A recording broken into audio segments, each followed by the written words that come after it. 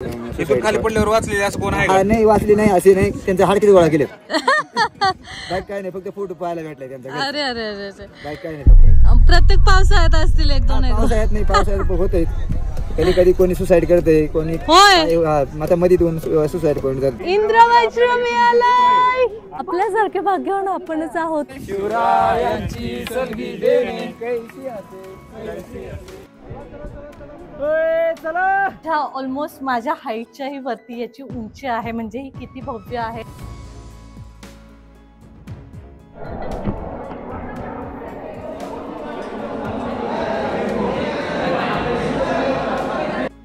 महाराष्ट्रातील प्रत्येक किल्ला एक कथा घेऊन उभा आहे. इथे तुम्हाला इतिहास तर माहिती होतोच, मात्र अशा काही अद्भुत आणि अविश्वसनीय कथा समोर येतात त्यावेळी आपल्याला प्रश्न पडतो, हे सगळं लॉजिकच्या परे आहे. आणि इथे आल्यानंतर हरिश्चंद्रगड आपल्याला त्याच्या विविध कथांनी थक्क करतो. तुम्ही आस्तिक असाल तरी हरिश्चंद्रगड तुम्हाला आवडेल, अथवा तुम्ही नास्तिक असाल तर इथला निसर्ग तुम्हाला नक्कीच आश्चर्यचकित करेल. इथे येणारा प्रत्येक जण आनंदित होऊनच जातो. मात्र मी हेही निरीक्षण केलं आहे की इथे येणारा प्रत्येक जण पुन्हा या गडाच्या 2 ते 3 वाऱ्या सहज करतो. आणि त्यामुळेच हरिश्चंद्रगडाला भटक्यांची पंढरी म्हटलं जातं. दुर्ग भटक्यांची पंढरी हरिश्चंद्रगड. अनेक रहस्य पोटात घेऊन हा गड उभा आहे. मी या गडावर अनेक प्रश्नांची उत्तरं शोधायला आले. खरंच हरिश्चंद्रगड कलियुगाचा अंत करेल का? अनेक वाटा असूनही 6 मुलं नक्की हरवली कशी? किंवा मग कोकणकडा सुसाईड पॉइंट बनतोय का? या सगळ्या गोष्टींचं उत्तर शोधण्याचा प्रवास म्हणजे हा ट्रेक. मागच्या भागात आपण पाहिलं की आम्ही पाचनई मार्गे कशा प्रकारे ट्रेक केला, कसं पावसाने आम्हाला झोडपून काढलं आणि तरीही त्या रात्री गडावर मुक्काम करतानाचा थरार काय होता. जर तो भाग अजून पाहिलेला नसेल तर नक्की बघा. आजचा दिवस फार खास होता. काल पूर्ण वेळ गड धुक्यांच्या गुंतागुंतीत हरवलेला होता आणि म्हणूनच कोकणकडा दिसलाच नाही. पण आज तो क्षण उगवणार होता, कारण आजची सकाळ फक्त कोकणकड्यासाठी नाही तर त्या एकमेव दुर्मिळ क्षणासाठी होती, इंद्रवज्रासाठी. रात्रीच्या दमलेल्या शरीराला छान झोप लागली, पण सकाळी अचानक लोकांच्या आवाजाने जाग आली. डोळे उघडले आणि विचार आला, इतकी माणसं एवढ्या सकाळी कधी आली? जरा वेळ लागला कळायला. कोणी मध्यरात्री तर कोणी पहाटे ट्रेक सुरू केला होता. सगळ्यांची एकच वाट, इंद्रवज्र.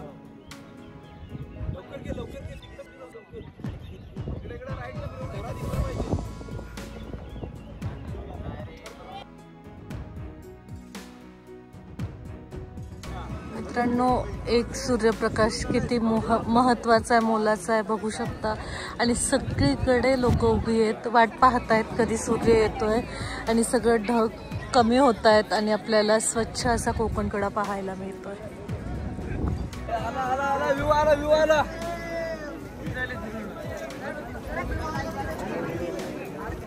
अरे काय फील आहे भाई. चंद्र दिसायला लागलाय.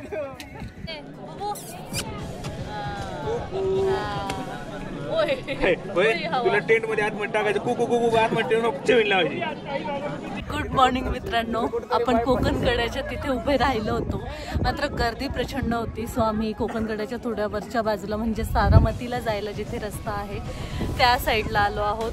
मात्र इथेही गर्दी खूप झाली आहे, पहिल्यांदा झालोय. मात्र वाट पाहतोय कधी सूर्य येईल आणि आम्हाला ते पण इंद्रवज्र बघितल्यावर जाईल असं यांचं मत आहे. So we are waiting. बघू आता. इथे थोडासा असा ढग आणि धुक्यांचा परिसर आहे आणि कंटिन्यू तेच वातावरण आहे. थोडा वेळ सूर्य आला की सगळेजण ओरडायला लागतात. 2 सेकंदाचा तो पॅच असतो आणि पुन्हा बॅक टू असं होतं की माणसंही दिसत नाहीत, एवढं इथे धुकं आहे. मात्र एक काय म्हणता, एक पूर्ण छोटंसं खेडं गाव होईल एवढी माणसं आली आहे तिथे. आणि शनिवार रविवारी तुम्हाला यायचं असेल तर हा विचार करूनच या, कारण इथे आल्यानंतर सुकून नाही मिळणार. नुसता टाइमपास आहे, इकडे तिकडे आरडाओरडा आणि अजिबात शांतता नाही कुठेच.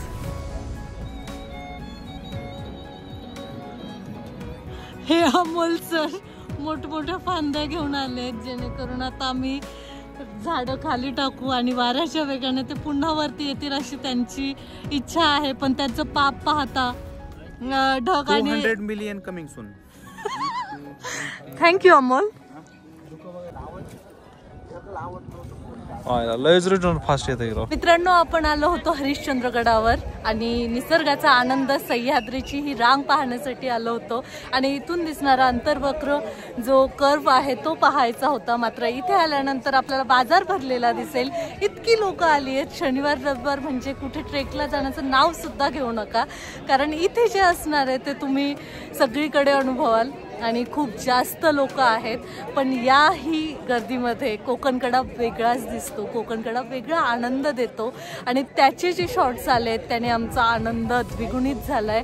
खूप सारे ड्रोन शॉट्स आम्ही घेतलेत आणि ढगांमुळे आणि ढग आणि धुके या दोघांचं कॉम्बिनेशनमध्ये कोकणकडा इतका सुंदर दिसतोय.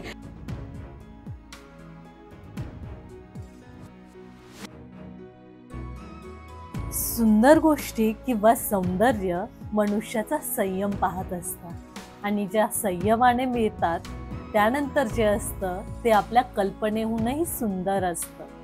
आणि तसंच काहीसं कोकणकड्याला होत होतं. कोकणकडा याआधी पाहिला नव्हता असं नाही, मात्र ढगांमध्ये हरवलेला कोकणकडा स्वच्छ होतानाचा जो प्रसंग, जो पिरियड असणार होता, जो काळ असणार होता, तो आम्हाला अनुभवायचा होता.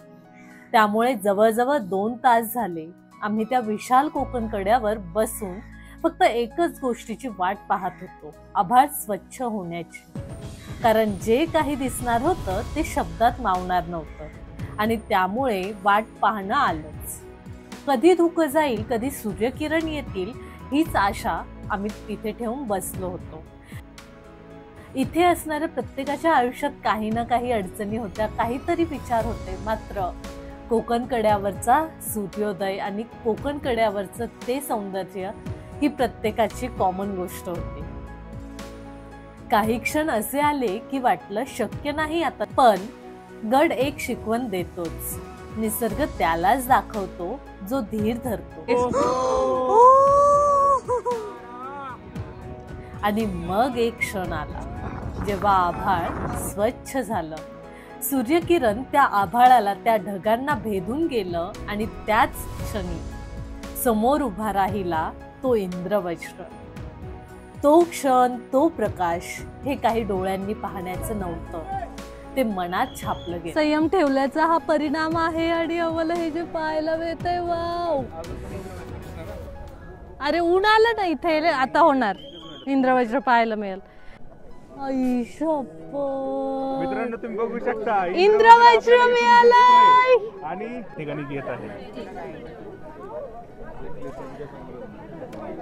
इंद्रवज्र ही अशी कॉन्सेप्ट आहे जी ढगांच्या वर ज्यावेळेस सूर्यप्रकाश पडतो तेव्हा आपल्याला जे इंद्रधनुष्याचं रूप दिसतं तसा तो इंद्रवज्र इथे आपल्याला पाहायला मिळालाय.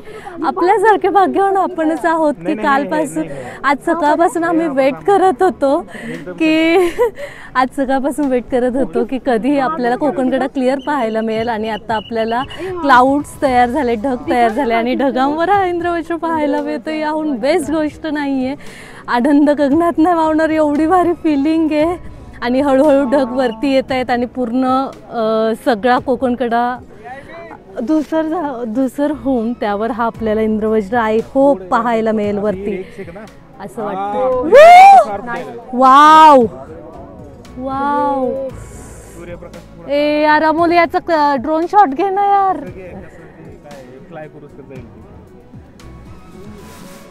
यार अजून विजिबल व्हायला पाहिजे, ऊन यायला पाहिजे. खाली उतर. Wow, oh my God. अरे यार किती छान. अरे यार हा शॉट परत नाही मिळत यार. Please please please please. Shoot shoot shoot. Wow, Konkan कड्यावर आम्ही सगळे अनोळखी होतो, पण त्या क्षणी एक गोष्ट आम्हा सगळ्यांना जोडत होती, इंद्रवज्र. एकदा तो दिसला, पण मन काही भरलं नाही. वाटलं फक्त अजून एकदा शेवटचं एक दर्शन व्हावं. आणि नंतर सुरू झाला एक विलक्षण खेळ. एखादी इच्छा मागावी आणि त्यानंतर त्याचा आविष्कार पाहावा. ढगांचा, वाऱ्याचा आणि सूर्यकिरणांचा खेळ. कधी धुकं हळूहळू विरत होतं, तर कधी भरून येत होतं. काही वेळा ते स्तब्ध व्हायचं, तर कधी भराभरा धावत आमच्याच दिशेने यायचं.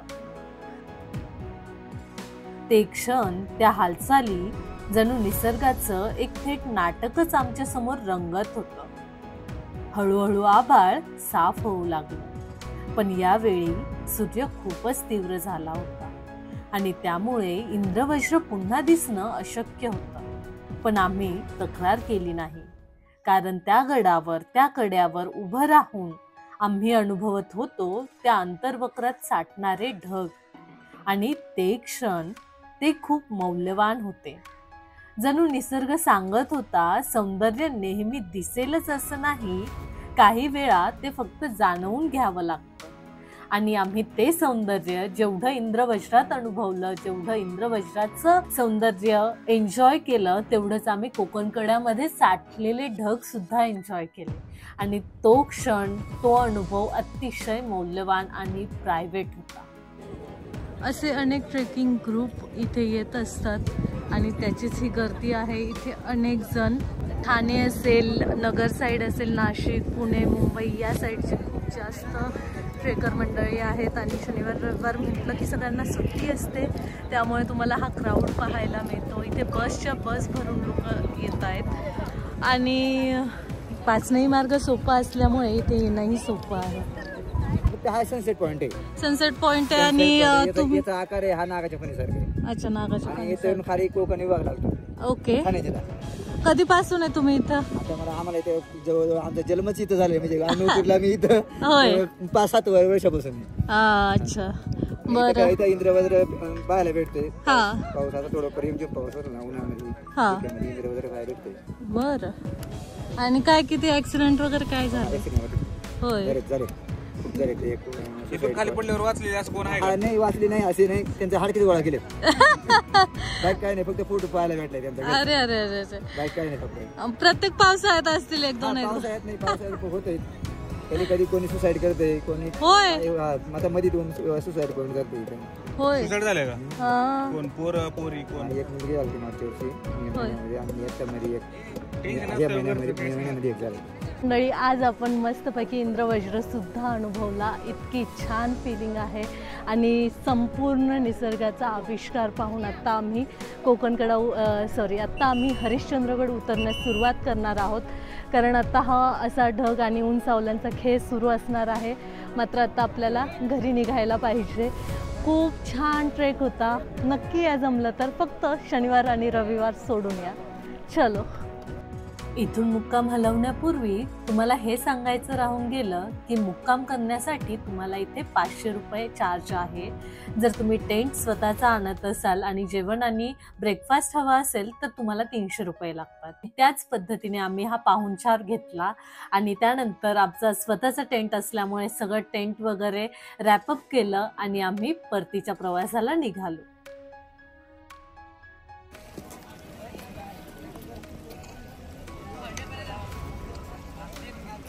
जी तुम्ही फुलं पाहताय ही तुम्हाला इथे सर्रास पाहायला मिळतील आणि याचं मुख्य कारण म्हणजे पावसाळ्यात हे फुलं खूप जास्त फुलतात. यांचं नाव आहे रानहळद. रानहळद नावाने ही प्रसिद्ध आहे आणि याचा अभिषेक हा खाली असलेल्या हरिश्चंद्रेश्वर मंदिरावर केला जातो.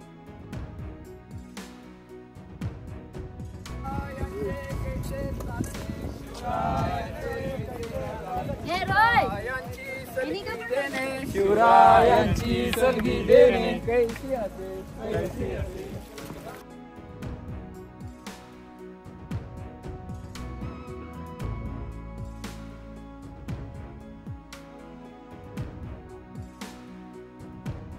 मोठ्या उत्साहाने इथे लोक येत आहेत. आत्ता आम्ही निघालो आहे केदारेश्वर गुहेत केदारेश्वर गुहा काल आम्हाला स्पष्टपणे पाहता नाही आली, कारण पावसाचं वातावरण झालं होतं, संपूर्ण ढग वगैरे होते आणि त्यामुळेच. आणि ही आहे दुर्गा. आम्ही आता इथे पाणी आणि चहा पिण्यासाठी थांबलो आहे आणि नंतर केदारेश्वर गुहेत जाऊ. सध्या वातावरण कमाल आहे, कंटिन्यू ऊन किंवा पाऊस किंवा धुकं असंच वातावरण आहे. लकी असाल तर तुम्हाला कोकणकडा स्पष्ट पाहता येतो. सो आता आपण केदारेश्वर गुहेत जाऊ. तिथलं मंदिर आणि तिथली आख्यायिका खूप वेगळी आहे आणि तो अनुभव आपल्याला घ्यायचा आहे, तिथल्या पाण्यात उतरायचं आहे. सो चला पाहू काय अनुभव असणार आहे. बाय तर कर, बाय कर. पाणी बॉटल तुम्हाला पाहिजे असेल तर 50 रुपये पाणी बॉटल आहे, कारण यांना खालच्या भागातून म्हणजे पाचनईमधून पाणी आणावं लागतं आणि त्यामुळे तो जो चढ आहे सगळं डिफिकल्ट आहे आणि त्यामुळेच इथे 50 रुपयाला पाणी बॉटल आहे. लोक शॉक होतात, मात्र रिजनेबल आहे रेट, कारण त्यांची जी मेहनत आहे ती पण जस्टिफाय झाली पाहिजे. सो तर मित्रांनो, आमचा प्लॅन होता केदारेश्वर गुहेत जायचा, मात्र आधी आम्ही इकडच्या गुहा कव्हर करणार आहे. तिथे आहे सगळ्यात मोठी गणपतीची मूर्ती, ऑलमोस्ट आपली 5 ते 7 फुटांची मूर्ती असावी. सो आता ती बघायची, कारण मी पहिल्यांदा 2-3 वेळा इकडे येऊन गेले पण तिकडे जाणं नाही झालं. सो आधी ते चेक करूया काय तो म्हणजे काय त्याची विशेषता आहे आणि त्यानंतर मग आपण केदारेश्वर गुहेत जाऊया.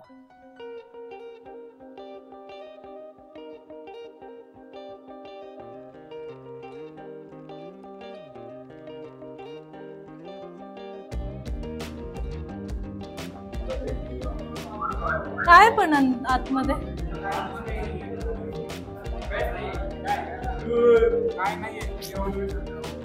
काय आहे का पण भिंतीवर? काहीच नाही. तर मित्रांनो, ज्यावेळी इथून आपण या गुहेत जातो, या गुहेमध्ये काहीतरी इथे तुम्ही पाहू शकता, बरेच काही चित्र कोरलेले आहेत. सो अशा पद्धतीने ही गुहा आहे. नो पाण्याचे टाक पाहूया काय विशेष आहे इथे.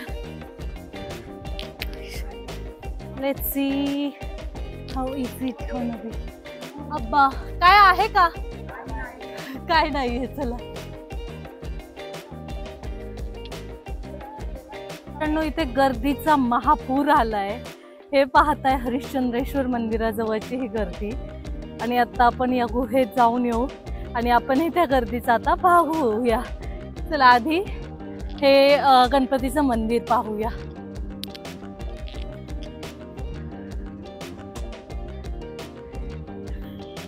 तर मित्रांनो, आपण आता या गणेश मूर्तीजवळ पोहोचलो आहोत.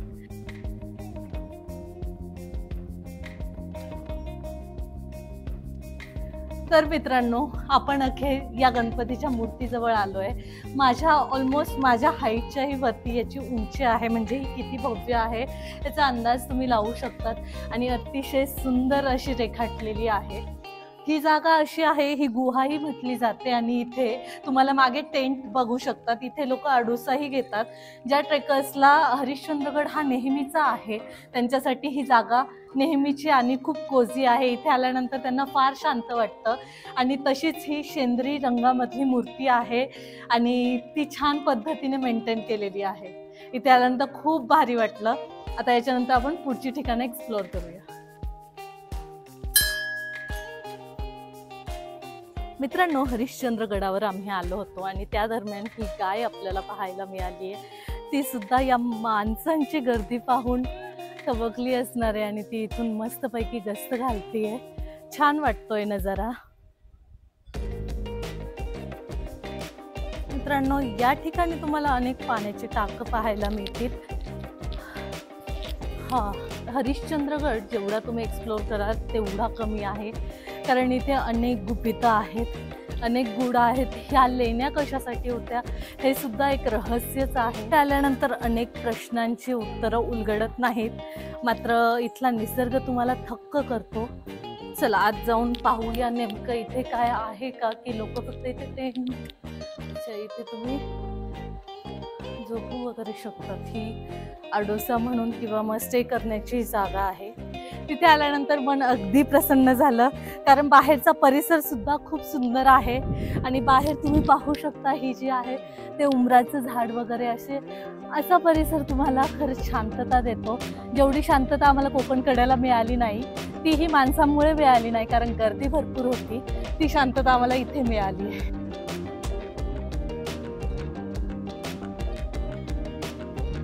लेवलचा कचरा करतोय आपण, पहा. म्हणजे अशा परिसरात हा कचरा करणं म्हणजे लज्जास्पद आहे, पण याची काही विल्हेवाटही नाही लावली जाते. जाळला जातो. प्रदूषण प्रचंड आहे आणि ही केदारेश्वर मंदिराच्या अलीकडेच आहे.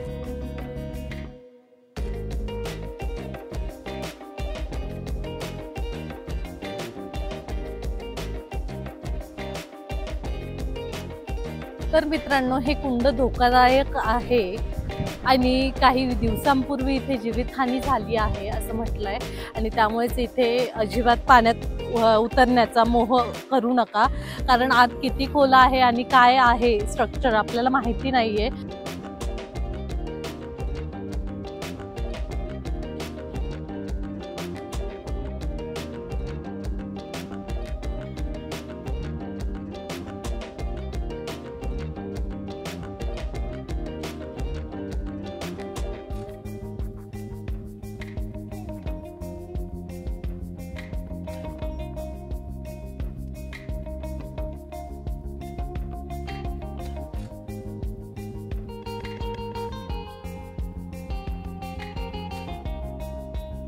तर मित्रांनो, काल आपण हरिश्चंद्रेश्वर कव्हर केलं.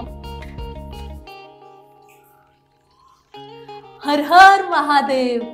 मित्रांनो, आपण हरिश्चंद्रेश्वर मंदिरात आहोत. तुम्ही पाहतायत पावसाच्या या धारा या मंदिरावर पडल्यानंतर मंदिर अतिशय देखणं दिसतंय आणि आतमध्ये जी शिवलिंग आहे आणि शिवपिंड आहे त्याच्यावर अनेकांनी आपला फुलांचा अभिषेक केला आहे. त्यामुळे इथलं हे श्रद्धास्थान अजून जास्त सुंदर झालं आहे. इथल्या आवारात तुम्हाला अजिबात नकारात्मकता जाणवणार नाही. जेव्हापासून तुम्ही आतमध्ये प्रवेश केला ना, मला इतकं शांत वाटतंय आणि धुक्यांचा परिसर झालाय. ढगांनी पूर्ण हे मंदिर अतिशय गायब केल्यासारखं वाटतंय. खूप सुंदर वातावरण आहे आणि या वातावरणात हे आपण एक्सप्लोर करतोय. केदारेश्वर गुहेत जाता आलं नाही कारण अंधार फार होता. आता आपण त्या मार्गे निघालो आहोत आणि आजही वातावरण तसंच आहे. सो चला, तिथे तर गर्दी प्रचंड दिसते. मला दाखवते काय लेवलची गर्दी असणार आहे. सो तिथे जाऊन आपण पाहूया केदारेश्वर गुहेची नेमकी आख्यायिका काय असेल. तर मित्रांनो, हीच ती गर्दी ज्याबद्दल मी म्हटलं की या गर्दीत आपण नेमकं आतमध्ये इतकं काय एक्साइटिंग आहे ते पाहूया. ऑफकोर्स माझा दुसरा वे असल्यामुळे आय नो आतमध्ये काय आहे. मात्र चला जाऊन पाहूया पावसाळ्यात कसं दिसतं हे केदारेश्वरातली महादेवाची पिंड.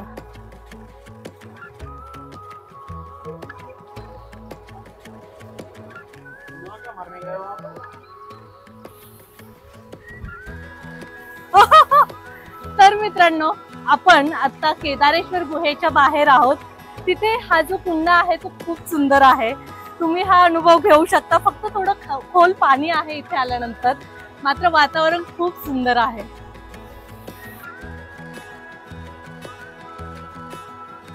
मित्रांनो, अखेर आपण केदारेश्वर गुहेत पोहोचलो. मात्र गर्दी बघा तुम्ही. What is this man.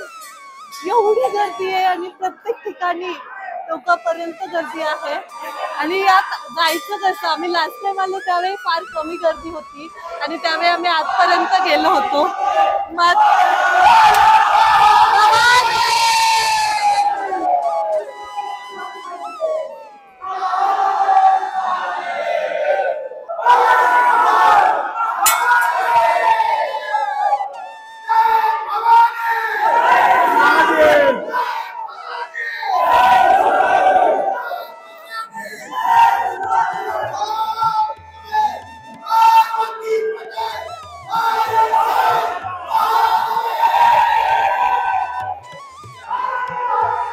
तर मित्रांनो, वातावरणामुळे आणि इथे खूप गर्दी असल्यामुळे आम्ही आत पाण्यात नाही उतरलो.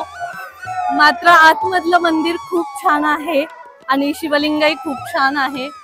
मात्र गर्दी खूप असल्यामुळे मागच्या वर्षीप्रमाणे आम्हाला आतमध्ये जाता आलं नाही. प्रवीण, तुला काय वाटतंय? आता गर्दी असल्यामुळे आतमध्ये जात आलं नाही, वाईट वाटते, पण आता नो ऑप्शन. हे गर्दी आहे की दर्दी आहे की काय काय कळायला. गर्दीचा महापूर आलाय, प्रचंड लोक आहेत, प्रचंड गर्दी आहे. जर तुम्हाला यायचं असेल ना, मी एवढंच सांगेल, वीकडेज मध्ये हा ट्रेक करा, तुम्हाला प्रत्येक गोष्ट एक्सप्लोर करता येईल.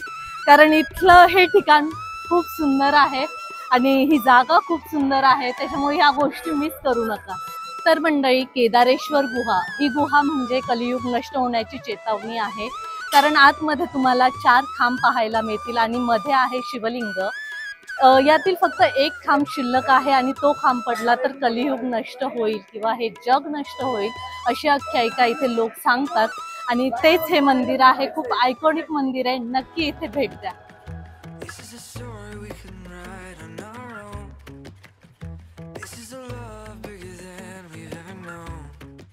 अखेर आपण हरिश्चंद्रेश्वर मंदिर आणि केदारेश्वर गुहा पाहिली, संपूर्ण हरिश्चंद्रगड एक्सप्लोर केला आणि आता आपण निघालोय परतीच्या प्रवासाला. जर तुम्ही ट्रेक वेडे असाल, दुर्ग वेडे असाल, जर तुम्हाला वेगळं काहीतरी अनुभवायचंय तर नक्की हरिश्चंद्रगडला या. जर तुम्हाला माझा खिरेश्वर मार्गे आलेला हरिश्चंद्रगडाचा ट्रेक पाहायचा असेल तर त्याची लिंक मी डिस्क्रिप्शनमध्ये देत आहे. कारण खिरेश्वरचा मार्गही खूप भयानक ॲडव्हेंचरस आहे आणि खूप लांब आहे, ती सुद्धा जर्नी मी खूप छान कॅप्चर केली आहे. आणि जर तुम्हाला ते अनुभवायचं असेल तर नक्की या आणि माझ्या चॅनलला असंच प्रेम देत राहा. काल आणि आज आपण मस्तपैकी हरिश्चंद्रगडाचा ट्रेक केला, खूप मजा आली. आपण पाहिलं हरिश्चंद्रेश्वर मंदिर, केदारेश्वर मंदिर, लेण्या एक्सप्लोर केल्या आणि त्यानंतर मोस्ट अट्रॅक्टिव्ह पॉईंट म्हणजे कोकणकडा एक्सप्लोर केला. इथे आपल्याला गर्दी नसेल तर खरी मजा येते, पण आनंद हा आहे की कोकणकडा पाहणं आणि तिथून अंतर्वक्र जो कोकणकडा आहे तिथे झोपून आपण ती खोली पाहणं हे सगळ्यात मोठं सुख आहे. मात्र पावसाच्या वातावरणामुळे आम्ही काही गोष्टी थोड्याशा ड्रोनमध्ये खूप सुंदरपणे कॅप्चर केल्या आणि त्याचा ड्रोन शॉट तुम्हाला नक्की आवडेल.